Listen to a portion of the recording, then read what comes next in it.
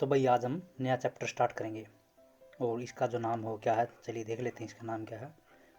इस चैप्टर का नाम है बहुपद। तो चलिए स्टार्ट करते हैं। पहला जो टॉपिक अपना वो क्या है, 2.2 से शुरुआत करते हैं हम। एक चर वाले बहुपद। तो अब अपने को क्या करना है, पहले अपने को ये बताना चाहिए कि चर क्या होते हैं और बहुपद क्या होते हैं, है ना। तो चलिए इसके लिए हम समझते हैं। आपको पहले ये बेहतर अंडरस्टैंडिंग बनानी पड़ेगी कि इन चीज़ों के बारे में आपको पूरा डिटेल से जानना पड़ेगा पहले। जब तक आप चर, पद और बहुपद, एक पद, द्विपद, इनके बारे में जानकारी प्राप्त नहीं करते, तब तक आपको ये चैप्टर है वो समझ में आना बहुत मुश्किल हो जाएगा। तो चलिए शुरुआत करते हैं। ये चर क्या होता है, एक दो दो बातें होती है अपनी चर। एक तो चर और एक अचर। इनको हम क्या करेंगे, एग्जाम्पल की सहायता से देखेंगे। जैसे मान लीजिए, अभी फ़िलहाल आप ये बातें नहीं पढ़िए, फ़िलहाल हम इधर से ध्यान दीजिए। जैसे मान लीजिए आपके पास 12 रुपये हैं, ठीक है, और आपको क्या करना है, आपको टॉफ़ी लेनी है। टॉफ़ी आपने ले ली, एक टॉफ़ी का जो मूल्य है वो आपका 2 रुपये है ना। तो इसलिए तो इसमें कितनी टॉफ़ी आएंगी, आप आपका जो स्टैंडर्ड है नाइन्थ का, उससे आप बिल्कुल आसानी से बता सकते हैं कि कितनी टॉफ़ी आएंगी, 6 आएंगी। अगर इसको दूसरी भाषा में लिखा जाए कि एक टॉफ़ी का जो मूल्य है वो आपका कितना है, 2 है ना। और कहा जाए, अगर मेरे को नहीं पता, किसी को नहीं पता, आपको बता दे, अगर आप किसी से कोई पूछे कि मेरे पास हर एक टॉफ़ी का जो मूल्य है 2 है और मेरे पास क्या है, 12 रुपये हैं, तो मेरे पास कितनी टॉफ़ियाँ हैं, तो जो सामने वाला है वो आपको बता सकता है इजीली कि क्या होगा। ऐसे आएगा वो, 2x बराबर है वो किसके बराबर आ गया, 12 के, और x आपका किसके बराबर आ जाएगा, फिर 6 के बराबर आ जाएगा, यानी 6 उसके पास टॉफ़ियाँ हैं। तो अब उसमें देखिए, जब भी यहाँ से पैसे बदलेंगे, यहाँ से आपका x बदलेगा। तो अगर मान लीजिए किसी के पास, अब सबके पास 12-12 रुपये तो हो नहीं सकते ना, किसी के पास 14 हो सकते हैं, किसी के पास 10 हो सकते हैं, किसी के पास 8 हो सकते हैं। कोई ऐसा भी मिलेगा जिसके पास 100 हो, 100 की टॉफ़ी खरीदता हो। तो चलिए इसको देखते हैं कैसे आएगा ये। जैसे मान लीजिए 12 में तो आपका आ गया 2x। अब देखिए इसमें क्या फिक्स है अपना, एक चीज़ है जो आपकी हमेशा इसमें फिक्स है, यानी चर है। इसको क्या बोलते हैं, देखिए इंग्लिश में इसको क्या बोलते हैं, कांस्टेंट। जब भी आप, अगर एक, हम क्या कर रहे हैं, सिर्फ एक कार्य के बारे में यहाँ चर्चा कर रहे हैं और वो क्या है, आपका टॉफ़ी का है। तो टॉफ़ी में जब भी हम बात करेंगे, एक टॉफ़ी का मूल्य 2 रुपये है और 2 ही रहेगा, है ना। तो इस चीज़ में अपनी जो 2 है वो कांस्टेंट होगी, और ये क्या हो गया, अगर इसको हिंदी में लिखे तो अचर हो गया, यानी ये बदलेगा नहीं।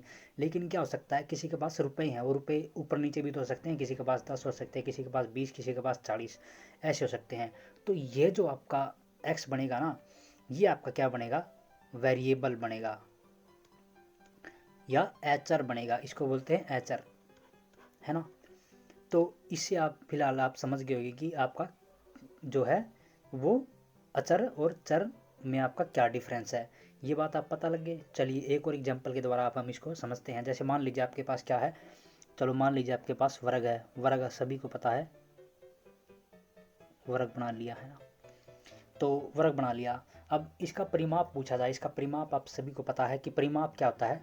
आपकी कोई भी आकृति दी गई है, उसके चारों ओर की जो बाउंड्री बनेगी, उसकी जो लेंथ है वो परिमाप होता है। जैसे ये है, ये वाली लेंथ होगी आपकी इसकी। अब वर्ग है, वर्ग मान लीजिए, वर्ग में आपका क्या होता है, जैसे इसकी लेंथ मान ली हमने x, तो ये भी आपकी x हो जाएगी, ये भी आपकी x हो जाएगी, और ये भी आपकी x हो जाएगी। और इन सब को जोड़ेंगे तो आपकी क्या हो जाएगी, 4x हो जाएगी, यानी 4x हो जाएगी, है ना।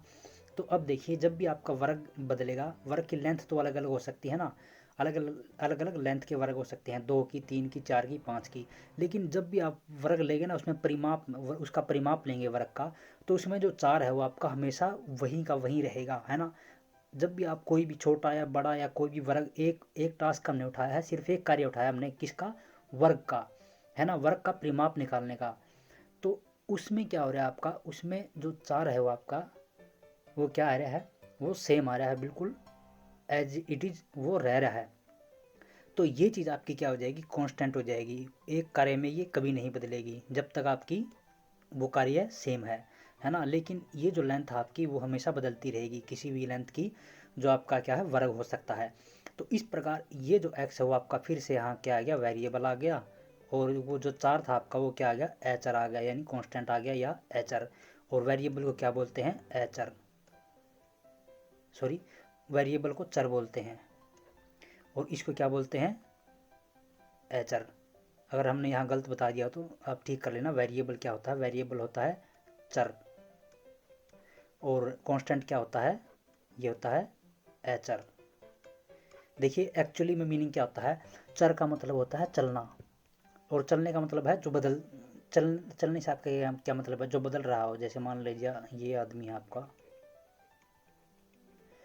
अब थोड़ी देर बाद वो यहाँ आ गया, फिर यहाँ, फिर यहाँ, फिर यहाँ, तो वो बदल रहा है, अपनी जगह बदल रहा है। तो बदलने वाले को क्या बोलते हैं आप, चर, जो चलता है। और अचर जो चल नहीं सकता, जो एक बार जिसको फिक्स कर दिया वो फिक्स ही रहेगा। तो ये तो था चर और अचर। अब हम बात करते हैं किसकी, पद की बात करते हैं। एक मिनट इसको रफ कर देते हैं। तो चलिए हम क्या करेंगे, अब पद के बारे में पढ़ेंगे, है ना। तो चलिए पद के बारे में पढ़ते हैं। अब हमने क्या देखा था, शुरुआत में हमने एग्जाम्पल लिया था जो 2x आया था उसमें हमारा, और एक वर्ग के परिमाप के अकॉर्डिंग अपना क्या आया था, 4x आया था। तो देखिए इसमें सिर्फ मेरा एक पद है, एक पद है जिसके पास x के साथ कांस्टेंट, ये भी इनको भी देख लीजिए क्या होता है। ये जो आपका क्या है, ये आपका वेरिएबल था, ये आपका क्या था, चर। इसको चर बोलते हैं हिंदी में, वेरिएबल अंग्रेजी में। तो ये जो आपका क्या है, वो चर का गुणांक है, इसको बोलते हैं गुणांक। और गुणांक हमेशा क्या होता है, गुणांक हमेशा क्या होता है, कांस्टेंट होता है। और इंग्लिश में इसको क्या बोलते हैं, कोफिशिएंट बोलते हैं, कोफिशिएंट बोलते हैं। ये आपका कोफिशिएंट आ गया, और ये आपका क्या आ गया, ये आपका वेरिएबल था ही, है ना। तो ये जो इसको मिला के आपकी एक संख्या बनती है, जब तक आपका प्लस का निशान नहीं आता या माइनस का, या जो भी आपका चिन्ह आ गया नहीं आता, ये आपका क्या बोला जाएगा, एक पद बोला जाएगा इसको। ये आपका क्या है, एक पद। और इंग्लिश में आपको क्या बोलते हैं, टर्म। पद को क्या बोलते हैं, टर्म, टर्म, टर्म। ओके। तो अगर मान लीजिए जैसे मैं लिखता हूँ, ये लिख दिया मैंने, x square plus 2x plus 3। तो अब देखिए ये जो चिन्ह है, आप चिन्ह देखिए, ये भी आपका प्लस है, इधर भी जितने चिन्ह हैं उतने ही आपके पद होंगे। 1 2 3, 3 पद हैं। यहाँ आपके कितने हैं, यहाँ भी आपका, यहाँ प्लस का निशान है, हालांकि लिख नहीं रखा है यहाँ, तो प्लस का निशान ही माना जाएगा डिफ़ॉल्ट, बाय डिफ़ॉल्ट। तो ये 3 आपके चिन्ह हो गए, 3 आपके जो साइन हो गए, तो आपका क्या बचेगा, ये 3 पद हो जाएंगे, 3 पद, 3 टर्म्स। अगर ये नहीं होता आपका, तो आपके क्या होते, 2 पद होते। तो इस प्रकार आप समझ गए होंगे कि आपका क्या है, ये बहुपद क्या होते हैं, एक पद, एक पदी। अब जो संख्याएं अपनी आएंगी, जो टर्म अपनी आएंगी, वो क्या क्या आएंगी, जैसे एक पदी आपको समझ जाना है। एक पदी का मतलब क्या है, सिर्फ एक टर्म है उसके अंदर, है ना। मैंने कहा है एक टर्म, अब उसकी घात कितनी हो सकती है, जैसे मान लीजिए 4 की पावर 4, x की पावर 7। अब ये एक टर्म है ना। अब घात के बारे में पढ़ेंगे, हम घात भी देखेंगे क्या होती है। तो ये अब फिलहाल पद के बारे में देखिए आप, इसमें एक पद है ना। अब घात के बारे में देख लीजिए, घात क्या होता है। जब भी हम घात के बारे में पढ़ेंगे ना, और जैसे मान लीजिए ये आपका बहुपद हो गया, अगर दो से ज़्यादा क्या है, किसी बहुपद में दो से ज़्यादा पद हों तो उसको क्या बोला जाता है, बहुपद बोला जाता है। ठीक है, दो या दो से अधिक। हालांकि उनको एक पद भी बोल देते हैं, द्विपद भी बोल देते हैं। एक पद और द्विपद भी। हालांकि 3 पद वाले को त्रिपद भी बोल देते कभी कभी, लेकिन हम क्या करेंगे, एक पद से जितने भी आगे बढ़े हैं उनके लिए हम क्या यूज़ करेंगे, बहुपद यूज़ करेंगे, है ना। बशर्ते आपकी किताब ने ऐसा ना दिया हो, अगर वो द्विपद के बारे में देता है तो द्विपद लिखेंगे, आगे ही आपको पता लग जाएगा हम क्या करते हैं। तो यहाँ तक तो आपने सीख लिया है। अब हम घात के बारे में पढ़ेंगे, चलिए देखते हैं। पहले ये पढ़ लेते हैं थोड़ा सा। जब सबसे पहले याद करेंगे, हमारे एक चर को एक प्रतीक के रूप में प्रकट किया जाता है जो कोई भी वास्तविक मान धारण कर सकता है, ये हमने बता दिया है। चलिए देखते हैं, आगे चलते हैं।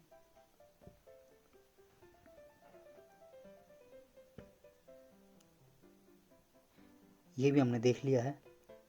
चलिए नेक्स्ट देखते हैं हम। परिमापवाला जैसे हमने कर लिया है। ये लाइन पढ़ी है हमारी, ये जो लाइन है अपनी, वो अपनी इंपॉर्टेंट है। एक चर वाला बहुपद, पोलिनोमियल इन वन वेरिएबल। अब बहुपद क्या होता है, बहुपद को इंग्लिश में क्या बोलते हैं, पोलिनोमियल, है ना। व्यंजकों में चर के घातांक पूर्ण संख्या ही रही, इस रूप के व्यंजक को ऊपर दिए गए उदाहरणों में से, उदाहरण के लिए है एक पद है, इसमें ये एक पद आ गया, एक बहुपद है में चर टी एक बहुपद है। ओके, तो हमने ये बहुपद के बारे में पढ़ लिया है ना। बहुपद के बारे में पढ़ लिया। अगर जैसे मान लीजिए आपका क्या था, 4x था, 4x आपका क्या है, हालांकि इसको भी हम बहुपद बोलेंगे। सबको कलेक्टिवली यानी संयुक्त रूप से बोला जाए, सभी पदों को जिसमें एक पद भी आएगा, दो पद भी आएगा, त्रिपद भी आएगा, उनको क्या बोलते हैं, हम बहुपद बोलते हैं, है ना। अगर आपको स्पेसिफिकली स्पेसिफाई करना है ना, आपको स्पेशली बताना है कि कौन सा पद है, कौन सा पद वाला बहुपद था, तो आप इसको लिख सकते हैं जैसे एक पदी, है ना। अगर इसको जनरली बोलना है तो आप ये क्या बोला जाएगा, बहुपद बोला जाएगा, सॉरी। और वैसे आपका पर्टिकुलर वे में आपका क्या बोला जाएगा, एक पदी बोला जाएगा। तो ये भी आपका बहुपद है। और जैसे मान लीजिए, ये देखिए आपका x जरूरी नहीं है कि आप x ही लिखे, आप कुछ भी लिख सकते हैं, जो भी आपका मन मर्जी है, लेकिन वो वेरिएबल होना चाहिए। ऐसा नहीं कि आप x की जगह 7 उठा के रख देते हैं, 4 और 7, और ये कहेंगे कि ये पद हो गया। ये पद नहीं होता। उसमें पद होने के लिए आपके पास क्या होना चाहिए, एक आपके पास कांस्टेंट होना चाहिए, और एक आपके पास कम से कम वेरिएबल, एक कम से कम वेरिएबल होना चाहिए आपका। वेरिएबल यानी वेरिएबल क्या होता है, चर, हाँ चर होता है ना। तो आप इसको कुछ भी वैल्यू दे सकते हैं, अंग्रेजी के जो अल्फ़ाबेट है उनमें से, जैसे वाई दे सकते हैं, जेड दे सकते हैं, टी दे सकते हैं, एस दे सकते हैं, ए दे सकते हैं, बी दे सकते हैं, सी दे सकते हैं, जो भी आपकी मर्जी है। तो अब घात के बारे में आते हैं हम, घात क्या होता है। गुणांक के बारे में हमने देख लिया, कोफिशिएंट के बारे में हमने जान लिया, घात के बारे में देखते हैं। तो चलिए जैसे मैं लेता हूँ, हमने एग्जाम्पल लिया था 4x⁴ तो इसमें जो घात आएगी वो आपकी क्या आएगी, ये जो आएगी आपकी घात जो सबसे ज़्यादा है, आपने क्या देखना है, बहुपद में आपने देखना है कि x की जो घात है, जैसे हमने देखा था ना, घात किसकी, कांस्टेंट की घात देखा था, 2⁻3 पावर बोलते हैं जिसको, है ना। तो ये इसकी पावर होगी, है ना। तो ऐसे ही किसकी हमने क्या करना है, अब जगह अगर आपका बहुपद का पूछा जाए तो बहुपद में किसकी घात देखनी है अपने को, किसकी घात देखनी है, x की घात देखनी है अपने को, है ना। और वो भी सबसे ज़्यादा हो, जैसे मान लीजिए हमने लिखा x⁴ जमा में x। तो इसमें आपकी घात इस पद की जो घात है, इस बहुपद की घात क्या होगी, 3 होगी। x की 1 है, और यहाँ x की घात 1 है, और ये x की पावर यहाँ भी 3 है, यहाँ पावर 1 है। तो सबसे ज़्यादा कौन सी है, 3 है। तो इसलिए आपकी क्या होगी, ये जो 3 है उसकी बहुपद की घात होगी। अब दूसरी बात देखते हैं, कहीं जैसे मान लीजिए यहाँ लिखा हुआ है 2⁻3 और x⁻2 जमा में x, अगर ऐसा लिखा हुआ हो तो देखिए अपने को इससे कोई मतलब नहीं है। ये बात आपको ख्याल में ज़रूर रखनी है कि अपने को किस चीज़ की घात चाहिए, किस चीज़ की पावर चाहिए, अपने को वेरिएबल की पावर चाहिए अपने को। और ये वेरिएबल की जो पावर है वो आपकी क्या है, 2 है इधर, और इधर 1 है, और इन दोनों में से बड़ी कौन सी है, 2 है। तो इस जो बहुपद की घात होगी वो आपकी क्या होगी, 2 होगी। ये आपको स्पेशली ध्यान में रखना है। घात तक हमने पहुँच गए, हमने घात देख लिया, हमने कोफिशिएंट देख लिया, हमने पद के बारे में जान लिया। आगे आगे हम चलते हैं, चलिए देखते हैं आगे क्या है।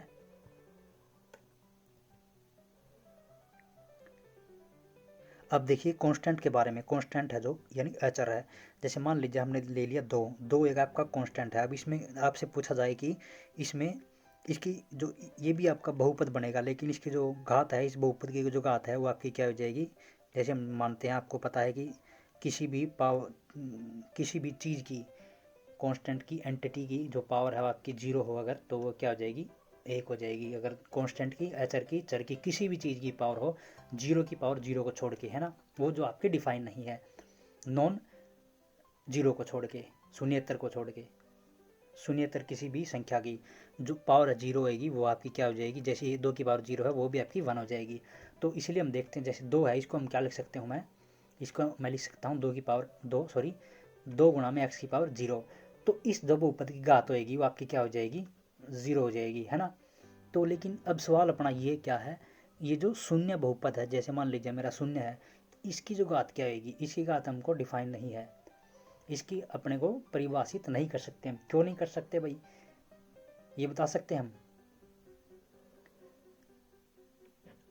इस अगर आप देखिए, थोड़ा सोचिए, अगर हम इसको क्या करेंगे, इसको हम इस चीज़ की, ये जो अपना क्वेश्चन है, इसको हम क्या करेंगे, एक्सरसाइज में हल करेंगे। तब तक आप सोचिए और इस पे थोड़ा विचार कीजिए, और फिर अब अगर न आए तब आप क्या कीजिए, एक्सरसाइज में जाइए और आपका उत्तर का मिलान कर लीजिए। हम इसको दोबारा एक्सरसाइज में करेंगे, है ना।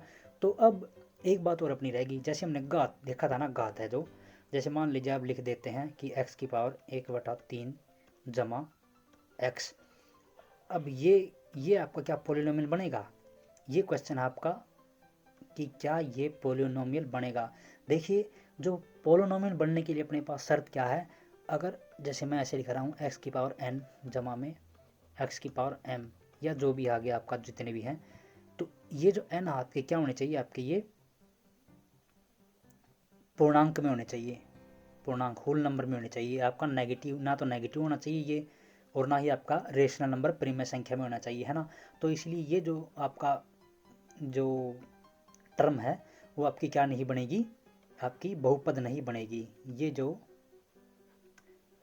लिखी हुई संख्या है, स्ट्रक्चर है, ये आपका क्या नहीं बनेगा, इसको हम क्या बोल सकते हैं, बीजीय व्यंजक। हिंदी में इसको क्या बोल सकते हैं हम, बीजीय व्यंजक। ये जो बीजीय व्यंजक है वो आपका क्या नहीं बनेगा, एक बहुपद नहीं बनेगा। क्यों? क्योंकि x की जो घात है, एक घात है, अगर एक भी घात अपनी ऐसी मिल गई जो या तो नेगेटिव में हो या फिर प्रेम में हो या फिर अप्रेम में हो, तो वो आपकी क्या नहीं बनेगी, आपकी एक बहुपद नहीं बनेगी। तो जैसा कि आपने इसमें दिया गया है, एक और एग्जाम्पल दिया गया है, x जमा में 1/x। अब 1/x क्या होता है आपका, x की पावर -1, और ये आपका फिर से क्या आ गया, नेगेटिव में आ गया। तो फिर आपका ये क्या नहीं बनेगा, एक बहुपद नहीं बनेगा। ये जो दिया गया व्यंजक है वो आपका क्या नहीं बनेगा, एक बहुपद नहीं बनेगा। ओके, अब चलते आगे, चलिए देखिए और क्या है आपका।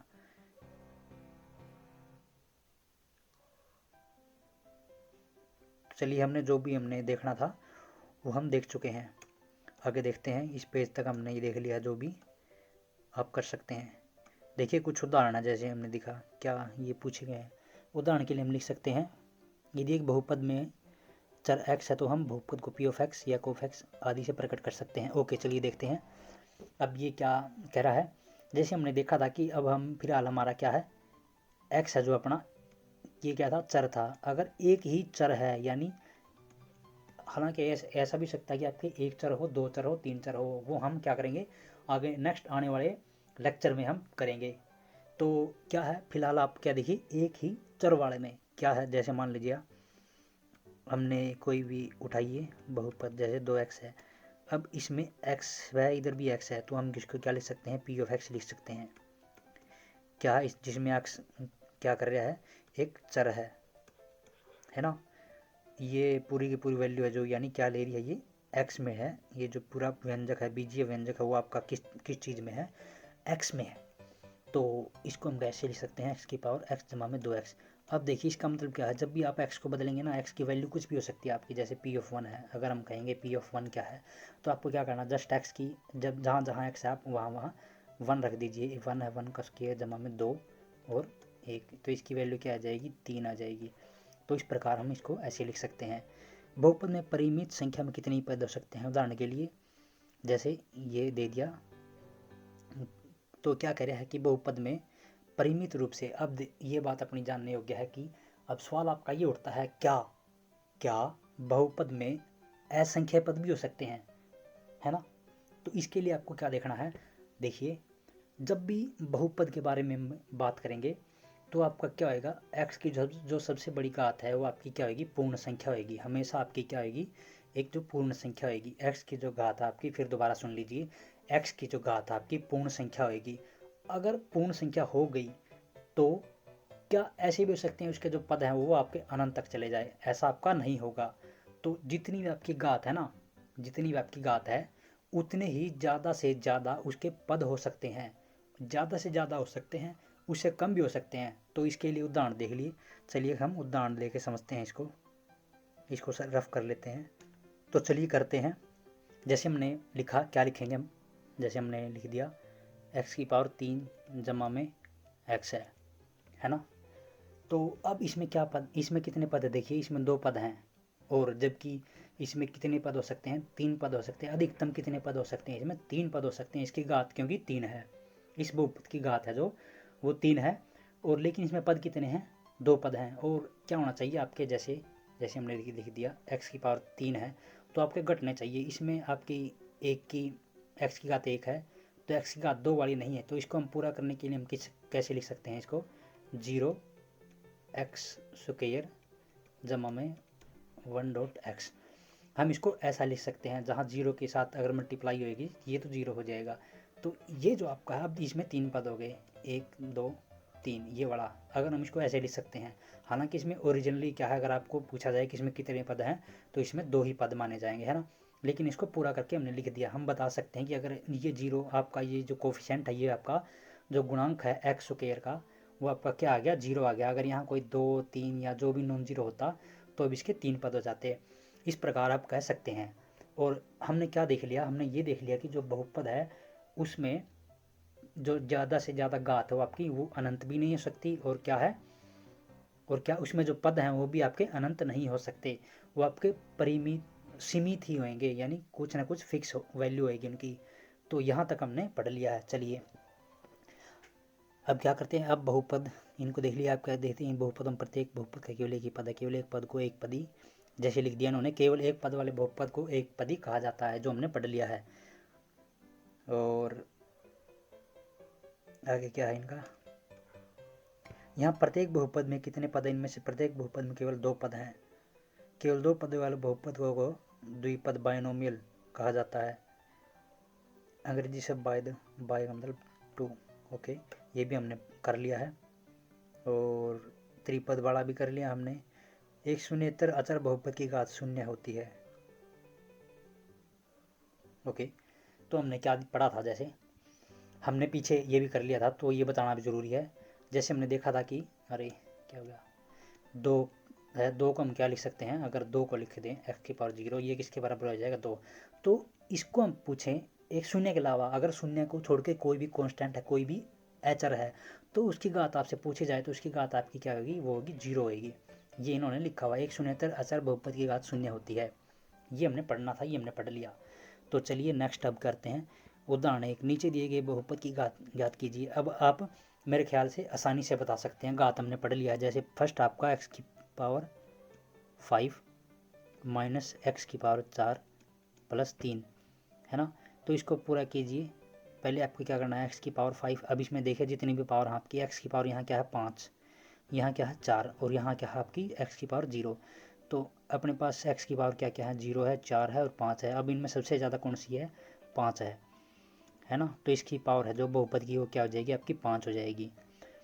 और नेक्स्ट वाले को देखते हैं, 2 माइनस वाई की पावर 3 प्लस में 2 वाई की पावर 8। तो अब क्या कर, देखिए अब यहाँ जो अचर है, सॉरी चर है आपका, वो किस में लिया गया, वाई में लिया गया है। तो वाई की देखनी है अब अपने को, वाई की जो वैल्यू है यहाँ आप क्या लिख सकते हैं, 0 लिख सकते हैं। वाई की जो वैल्यू है, पावर्स हैं वो क्या क्या है, 0 है, 3 है और 8 है। और इनमें सबसे बड़ी क्या है, 8 है। तो इस बहुपद की घात क्या होगी आपकी, 8 होगी। तो नेक्स्ट वाला देखते हैं। जैसे 2 इन्होंने पूछ ही लिया, 2 है, 2 की जो घात क्या आएगी, 2 को हम कैसे लिख सकते हैं, 2 एक्स की पावर 0, और यहाँ एक्स की पावर क्या है, 0 है, और एक ही यहाँ क्या है, सिर्फ एक ही घात है एक्स की, और इसलिए वो भी घात आपकी, इस बहुपद की घात क्या होगी आपकी, 0 हो गई। ओके, तो चलिए नेक्स्ट वाला करते हैं, नेक्स्ट चलते हैं हम। अब एक घात हमने पढ़ा था, एक क्या है, अगर एक्स की जो ये जो चर है, अब इसको क्या करते हैं आप, इसको दोबारा बार बार लिख लीजिए, या फिर दोबारा आप इसको याद कर लीजिए। वो आपका चर, अचर, बहुपद, ये आपके आगे आने वाले चैप्टर में बहुत काम के हैं। फिर दोबारा अगर आपको याद नहीं हुए या समझ नहीं आया तो दोबारा आप वीडियो को देखिए और इसको अच्छे से समझ लीजिए, क्योंकि इन शब्दों के बिना आपको चैप्टर समझ में नहीं आएगा। तो देखिए, जैसे मान लीजिए हमने लिख दिया, कुछ भी लिख दीजिए आप, जैसे x प्लस में 3x, मान लीजिए इसमें 2 से ज़्यादा पद होते हैं, 4 प्लस 7। अब अगर मान लीजिए, क्या मैं इसमें ऐसा भी लिख सकता हूँ, 2x की पावर 3, ऐसा लिख दिया तो गड़बड़ हो जाएगी ना, क्योंकि भाई ये जो घात है वो अपनी क्या, अपने चाहिए, अपने को ज़्यादा से ज़्यादा क्या चाहिए, एक ही चाहिए। अगर मैंने इसमें 2, 3 या 4 ऐड कर दी तो इस जो बहुपद की घात है वो अपनी क्या हो जाएगी, एक से ज़्यादा हो जाएगी, जो कि हमको नहीं चाहिए। हमने क्या कहा है कि एक घात वाले बहुपद में, है ना। तो ना तो मैं 2 लिख सकता हूँ, ना मैं 3 लिख सकता हूँ, मैं ऐसे लिख सकता हूँ ज़्यादा से ज़्यादा इसको, एक्स की पावर 1, यहाँ भी एक्स की पावर 1 है और यहाँ भी कांस्टेंट है। तो इसमें क्या हो जाएगा, एक्स 3x है, एक्स की पावर 1 है, एक्स की पावर 1 है। जब भी ऐसा हो ना तो वो आपके क्या हो जाएंगे, जोड़ हो जाएगा उनका। जैसे मान लीजिए ये था क्या आपका, एक्स की पावर 1 है जमा में 3x की पावर 1 है। तो घात जब भी आपकी सेम हो ना, किसकी, चर की घात सेम हो, तो उनके जो कोफिशिएंट वो आपके जुड़ जाते हैं। जो इसका कोफिशिएंट है उसका गुणांक है वो 1 है, और इसका जो गुणांक है 3 है, और इसके जो पावर है वो सेम है। पहले आपको क्या देखना है, जो चर की पावर है वो आपकी क्या सेम है, अगर सेम है तो आपके गुणांक जुड़ेंगे। तो जैसे x की पावर 1 है और x की पावर 1 है, तो ये जो इसकी जो पावर है वो आपकी सेम हो गई, 1 और 1 होगी, तो इसके जो गुणांक हैं वो जुड़ जाएंगे, 3 और 1 क्या हो जाएगा आपका 4। और आप ऐसे ऐसे के इसके ऐसे ही पावर एज इट इज लिख दीजिए, 4x की पावर 1। तो ये हो गया आपका 4x की पावर 1। और कांस्टेंट आपका क्या है, ये तो आपको जोड़ को पता ही है, जोड़ना ही है। 7 और 4 आपके क्या हो गए, 11 हो गए, 11 हो गया। तो ये जो आपका दोबारा फिर से ऐसा बहुपद आ गया, ये इसके बराबर हो गया, ये जो बहुपद है वो इसमें कन्वर्ट हो गया, इसमें बदल गया। अब फिर से इसके पास कितने हो गए, 2 पद हो गए, है ना। तो इससे हम कह सकते हैं कि क्या एक घात वाले बहुपद के 2 से ज़्यादा पद नहीं हो सकते। ये बात आप समझ गए। तो चलिए आगे हम चलते हैं। इस प्रकार हम कह सकते हैं कि अगर दो वाली घात हो, x की पावर 2 है, तो लिखिए इसको जैसे 4x जमा में 7 लिख दिया। अब हम इसमें क्या जोड़ सकते हैं, इसको और तरीके से लिख सकते हैं। अगर 3 से ज़्यादा पद बढ़ाएं इसको, तो क्या लिख सकते हैं, जैसे मैं बना सकता हूँ इसको 2x स्क्वायर जमा में 2x और जमा में 3, ऐसा लिख सकता हूँ। अगर लिखने के लिए लिख दूँ मैं, है ना। तो फिर से आप देखिए, यहाँ भी x की पावर 2 है और यहाँ भी x की पावर 2 है, तो इसके जो कोएफिशिएंट है, गुणांक हम आपके जुड़ जाएंगे। यहाँ 2 है और यहाँ 1 है, तो इसको कैसे लिख सकता हूँ मैं, यहाँ लिख दिया 3x की पावर 2, है ना। अब इधर भी देख लीजिए, x की पावर 1 और x की पावर 1 है, और यहाँ 4 कोएफिशिएंट है, यहाँ 2 हैं, तो ये भी आपके जुड़ जाएंगे, और यहाँ क्या आ जाएगा, 6x आ जाएगा, और 7 और 3 ये भी जुड़ जाएंगे आपके 10, इस तरीके से आ जाएगा। अब इसमें पद कितने रह गए, फिर दोबारा से 1 2 3। इस प्रकार क्या हो गया, x की पावर जो 2 है, 2 घात वाले में बहुपद में 3 से ज़्यादा पद नहीं हो सकते।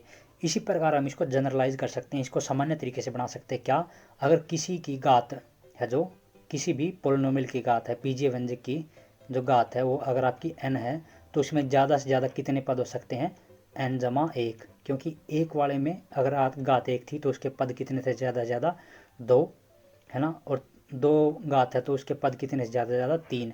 तो इसी प्रकार अगर n घात है तो उसके ज़्यादा से ज़्यादा कितने पद हो सकते हैं, n+1 हो सकते हैं, इससे कम भी हो सकते हैं, वो हमने क्वेश्चन में देख लिया है। तो चलिए आगे देखते हैं, आगे क्या है। ओके, तो अब हमने क्या करना है, एक बात और अपने को ध्यान में रखनी है। जैसे मान लीजिए अगर आपको जनरलाइज में पूछा जाए, सामान्य बात से क्या पूछा जाए कि जो सामान्य तरीका है, किसको, एक घात वाले बहुपद का सामान्य तरीके से लिखिए, तो उसको क्या लिखा जाता है, जैसे ये लिखा जाता है, अरे ax प्लस में b। a और b तो आपकी क्या है, वास्तविक संख्याएं हैं, है ना। और जहाँ a आपका क्या है, वो तो आपका 0 नहीं होना चाहिए।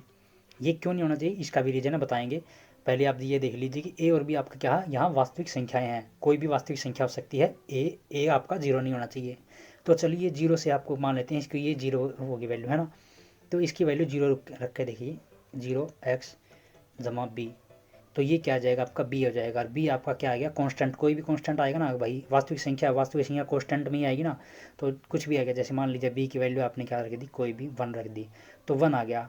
तो ये तो आपका गड़बड़ में आ गया, क्योंकि अगर इसकी घात पूछा जाए ना, इस पोलिनोमियल की घात, ये क्या होगी आपकी, इस पोलिनोमियल की घात x की पावर 0, इस ऐसे लिखा जाएगा ना, 1 इंटू x की पावर 0, तो इस पोलिनोमियल की घात आपकी क्या होगी, 0। जबकि हमको दे रखा है कि जो अपना पोलिनोमियल है, जो अपना बहुपद है, उसकी घात आपकी क्या है, 1 है। तो ये आपको ध्यान में रखना है कि अगर दी गई है ना, आपको घात दी गई है कि n घात वाले बहुपद का जनरल रूप लिखिए, सामान्य रूप लिखिए, 2 घात वाले बहुपद का सामान्य रूप लिखिए।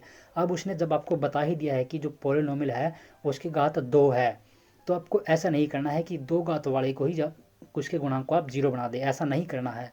जब उसने बता ही दिया है कि उसकी घात 2 है, तो आप उसके कोएफिशिएंट को 0 नहीं कर सकते, क्योंकि ऐसा करने से उसकी जो हाईएस्ट पावर है उसका जो कोएफिशिएंट है वो 0 हो जाएगा, और वो उसकी घात नहीं रहेगी। जैसे मान लीजिए वो कहता है कि 2 घात वाले बहुपद का जनरल सामान्य रूप लिखिए, तो आप कैसे लिखेंगे, ax स्क्वायर जमा में bx जमा c। तो अगर मैं इसको 0 बना दूं तो ये जो पोलिनोमियल मेरे पास इतना इतना बचेगा, और इसकी जो घात होगी वो आपकी क्या हो जाएगी, 1, जो कि नहीं है, जो कि सामने वाले ने ऐसा नहीं दिया है, तो ये गड़बड़ हो जाएगी। हालांकि क्या हो सकता है, b भी 0 हो सकता है, c भी 0 हो सकता है, और फिर भी इस पोलिनोमियल की जो घात है वो आपकी क्या रहेगी, 2 रहेगी।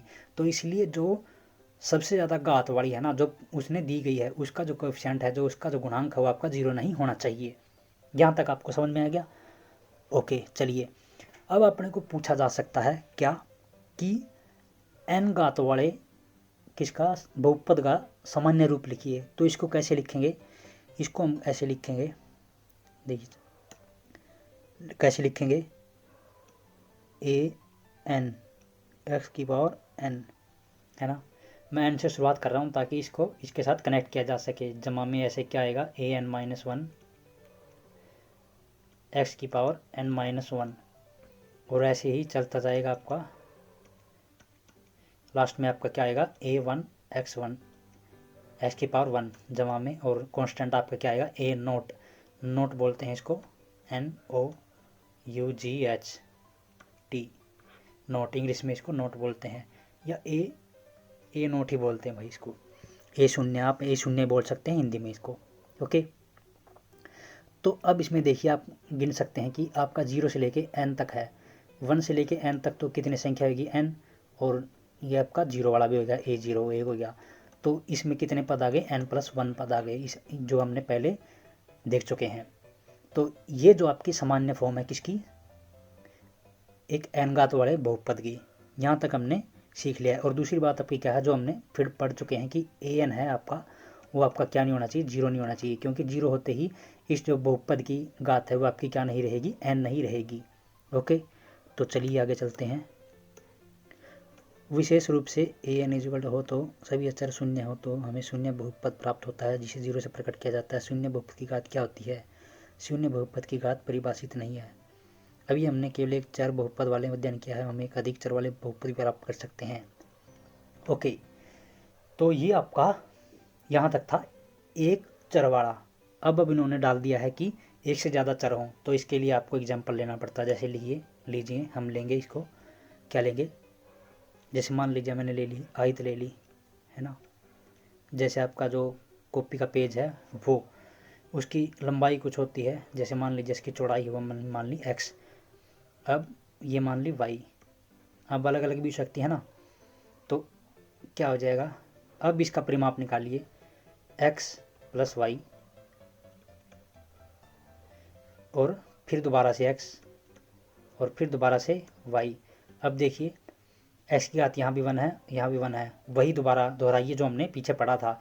अगर घात आपकी सेम है तो उनके कोएफिशिएंट वह आपके जुड़ जाएंगे, 1 और 1 आपके क्या हो गया, 2x, और इसी प्रकार आपकी y वाले पावर भी जुड़ जाएंगी, 2y, और 2 और 2 इसमें से कॉमन आ जाएगा, x + y। अगर आपको कॉमन नहीं निकालना आता तो आप बता दीजिए, हम कॉमन निकालना भी सिखा देंगे। तो ये आपका क्या आ गया, 2x + y, जहाँ आपके ये जो चर है वो आपका क्या हो गया, एक चर हो गया और दो चर हो गए, दो चर हो गए, दो वेरिएबल हो गए आपके, है ना, x और y। ये इस प्रकार आप कर सकते हैं। अगर इसको दूसरे एग्जाम्पल के साथ लिया जाए तो जैसे मान लीजिए हम ऐसा भी कर सकते हैं, वही एग्जाम्पल उठाइए पुराना वाला, जैसे 12 रुपये आपके पास है ना, तो आपने 2 टॉफ़ी ली है ना, 2 टॉफ़ी ली जिनका अलग अलग मूल्य है। जैसे मान लीजिए एक तो आपकी आती है 2 वाली और एक आपकी आती है 3 वाली, तो आप कितने कितने कॉम्बिनेशन बना सकते हैं इसके, तो बनाइए, कितने कॉम्बिनेशन बना सकते हैं। जैसे मान लीजिए कि आपने 2 की कितनी टॉफ़ी खरीदी है, 3 टॉफ़ी खरीदी है, कितने आ गए आपके, 6 हो गए, है ना। तो 3 रुपये की आप 3 वाली टॉफ़ी आप कितनी खरीद सकते हो, 2 खरीद सकते हो। तो इस प्रकार आप कैसे बनेंगे, 2x प्लस में 3y है वो किसके बराबर हो जाएगा, 12 के बराबर हो जाएगा। ये आपकी इक्वेशन बनेगी इसके अकॉर्डिंग, जो हमने इंसिडेंट पढ़ा है उसके अकॉर्डिंग, क्योंकि x आपकी क्या है, ये 2 वाली टॉफ़ियाँ हैं, और y आपकी क्या है, वो संख्या है किसकी, 3 वाली टॉफ़ियों की। इस प्रकार आप बना सकते हैं। और ज़रूरी नहीं है कि x और y आपके क्या हो, सेम हो, और ज़रूरी ये भी है, ये ज़रूरी है कि ये जो x और y हो आपके हर बार बदलेंगे। लेकिन ऐसा तो नहीं है ना कि कोई आएगा, कोई दूसरा आएगा और उन टॉफ़ियों को क्या करेगा, 2 और 3 की बजाय दूसरे में ले जाएगा, 4 में, 5 में, 6 में बेच देगा। ऐसा तो नहीं है ना, वो 2 की टॉफ़ी 2 ही में आएगी, 3 की टॉफ़ी 3 रुपये में आएगी, बस क्या बचेगी, उनकी संख्या बदलेगी। तो क्या उनमें डिफरेंस होएगा, उसकी संख्या बदलेगी। अब जो चीज़ बदलती है उसे हम क्या बोलते हैं, चर बोलते हैं। तो ये आपका लिखा गया है, ये क्या है, आपका 2 चर वाली समीकरण है। Okay, thank you.